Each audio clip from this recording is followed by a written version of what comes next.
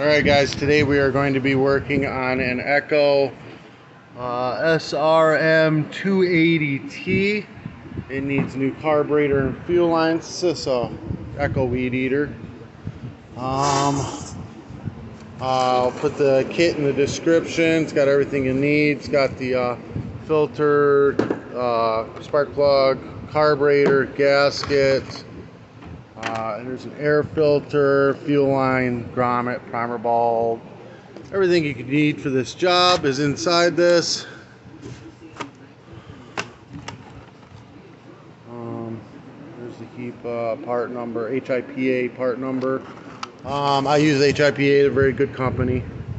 First thing we're going to go ahead and do is take off the air filter cover. And then the air filter on this is still good, but we're going to replace it anyways. We got a new one. And we're going to take off these two screws. It's a flathead or a Phillips head screwdriver. I'll use a flathead on it, so I have one right in my hand.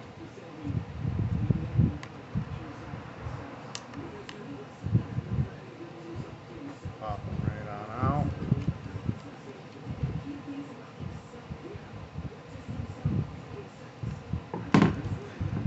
Alright.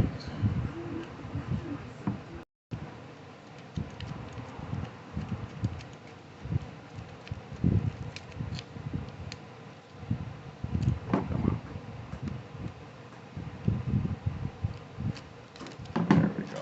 Put these right on out. Set to the side. The throttle, you're going to open it up and the cable will come out a little bit. If it doesn't, just take a little flathead screwdriver, turn it a little bit, slide it out, and then lift it up. Let go of it. That's been disconnected. 10mm wrench. We're going to loosen this nut, loosen this back nut right here. Once you got it loosened up a little bit, it just pops right off. Fuel lines, we're going to go ahead and pop them right off. I'm just going to cut them. It doesn't matter which one goes where. I'll explain all that to you later. Them right out of there. We got brand new filters and fuel lines and grommets to go in. We're going to go ahead and stick our flathead screwdriver underneath the grommet and pry up like that. Pop the whole grommet, filter everything right on out. And we're going to go ahead and take the gas cap off. Now we're going to drain. Oh, it just pulls right out. We're going to drain this complete tank, get everything out of the tank. We want it dry, no debris, no dirt, no bad gas, no gas at all in there. We're going to start with brand new fresh gas after we install everything. I use a bit of air to blow it all out. You can use just some fresh gas, dump a little in there, slosh it around, rinse it out. It's very important that you make sure there's nothing left in the tank. It's completely clean, completely dry. You don't want to ruin your brand new carburetor you're installing. Alright, so we're going to take and grab the grommet and fuel lines. We've got two lines that are the same length that go all the way through. There's three lines, but one's got a vent on it. And these two others are the same length. We're going to take one of them and we're going to pull it through on the bottom a little bit so that up top it's shorter. Now the shorter one that we just pulled through, we're going to put the filter on the other end, the bottom side of the grommet. We're going to put it on that end for it.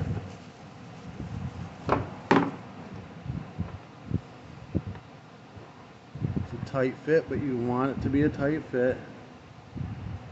Hold on, I got a customer.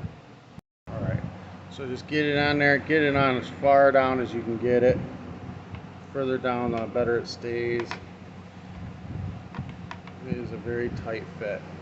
Alright, filter goes in. So the filter is on the short line, just so you remember. Filter goes in, other lines go in. We're going to push the back down in first, like that. Just like that. I don't know if you can see that or not. Let me turn the flashlight on. See a little closer.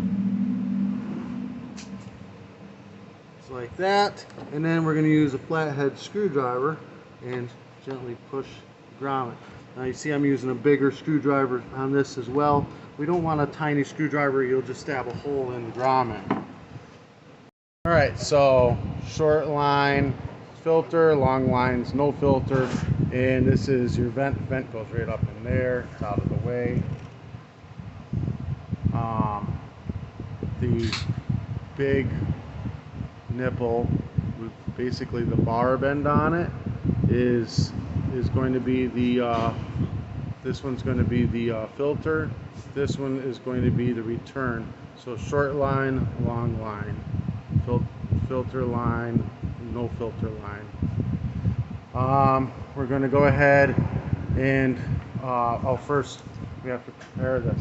So we've got two different carburetors. They're the same carburetors. It's just this has a slotted end and this one doesn't. So we're going to take the two Phillips heads out of this. We're going to take them out. Set this up.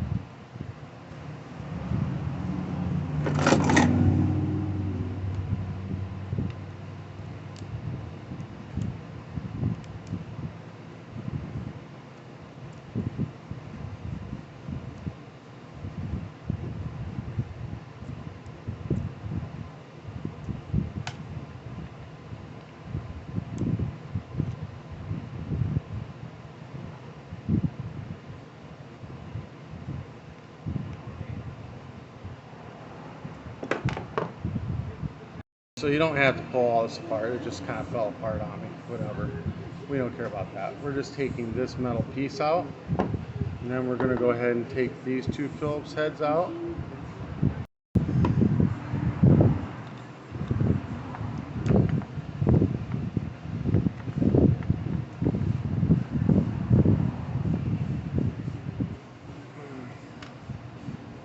Make sure you use the new carburetor screws back in the new carburetor.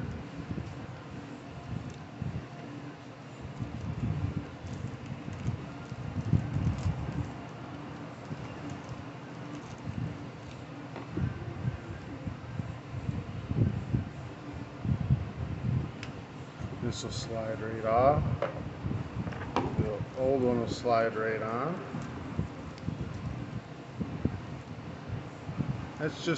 This is just set up for something you have to do for this model. Maybe HIPA will make another model, or maybe they even have one. I'm sure they'll let me know. If they do, I'll put that one in the link below. But it's not really a big deal anyways. Sometimes you just got to do stuff like this.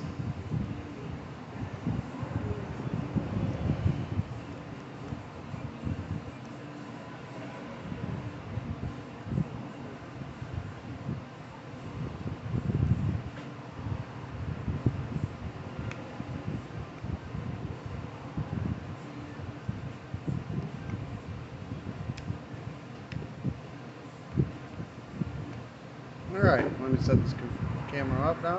Alright, so now we're going to go ahead, and this one side has a big hole on this barrel here, and the other side is a small slot. So we want to get this barrel into the big side. See? And it slides right in there. Now you've got your throttle hooked up. We're going to tighten this back down, 10 millimeter, tighten it into place. Make sure this is pointing down when you're putting it in place. We're going to go ahead and get the choke assembly. This has a rubber seal on it, so you don't need the gasket there.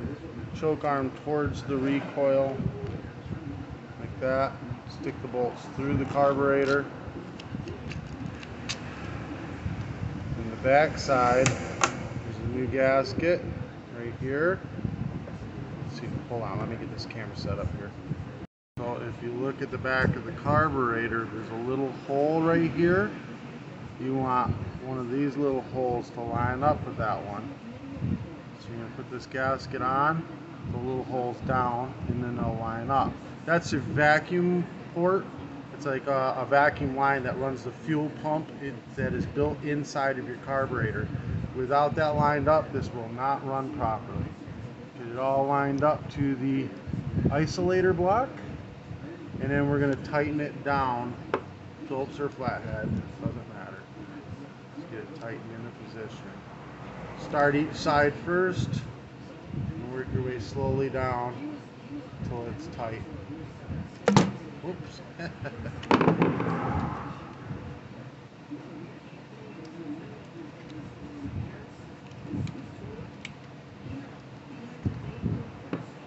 we go. Alright, all the way down. All the way down. Work a little at a time until you get it snugged up. Get it snugged up. Now you can tighten it.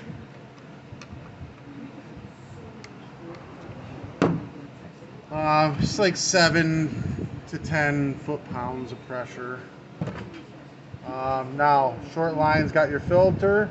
It goes to the big nipple. Let me get my light on here. Alright. Short line is the filter line. It goes to the big nipple. We're going to cut it to length. And then we're going to stab it in place.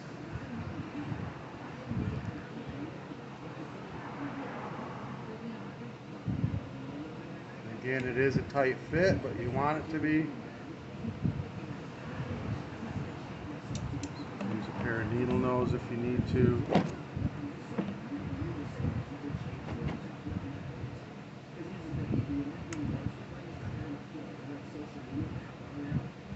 So you want this to have a little slack in it. You don't want it too straight and tight, because if the line shrinks, it'll pull right off the end. And if you have it too long, the line can, kink over, and you don't want that to happen either. All right, now the longer line is the return line. We're going to cut that to length and stab it on. Now let's say you accidentally cut it too short.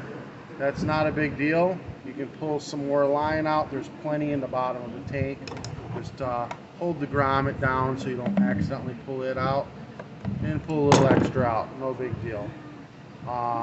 If you got it on there and it's too long, just pull it back off, cut a little extra off. No big deal. Pop it on there. Get yourself the right length. Or if you got it on there and it's too long, you can grab it and push it through the grommet. A little more difficult than pulling it back off, but you can do it that way too. We put a little gas in the tank, and then we're going to prime the primer bulb. See if it primes up. And look, it primed up. It's a good sign. If it isn't priming, you look down in the tank. If you see foamy bubbles come out of the tank, then that means that your lines are hooked up backwards. If they're coming out of the filter, I mean, if you see foam coming out of the filter, it means your lines are hooked up backwards. Flip them around, stab them back on. No big deal. The gas cap back on.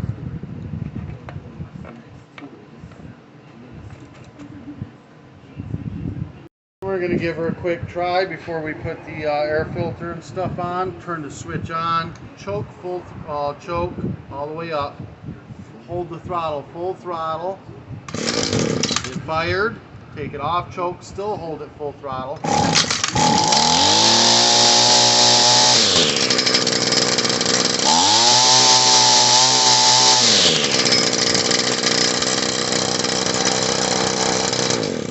Now it's idling a little high, so what we're going to do is take a Phillips head screwdriver to this screw right here. So while it's idling, the bump head is spinning. We're going to turn this counterclockwise till the bump head stops spinning.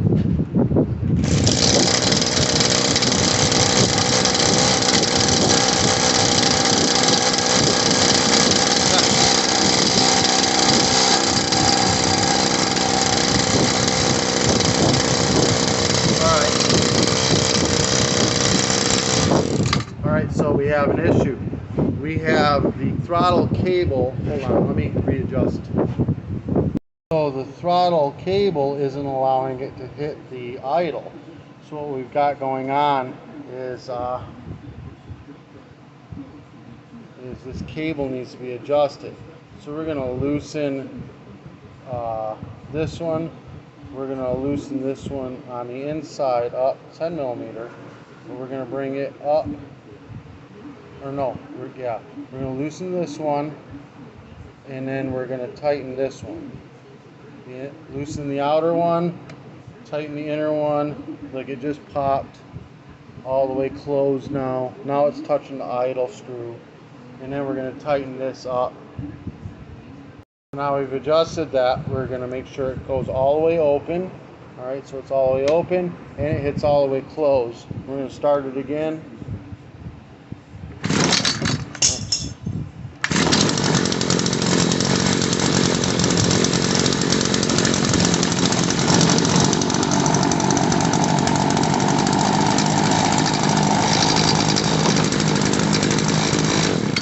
There we go. Now it's working perfectly. Now we're going to go ahead and throw a new air filter on and the air filter cover on. That's it, guys. I hope this helped you out. If it helped you in any way, shape, or form, give me a thumbs up. Hit that subscribe button. I'll put the parts in the description below. Just click the link. If you want to do any advertising on my channel, message me. Be more than happy to have you. Peace.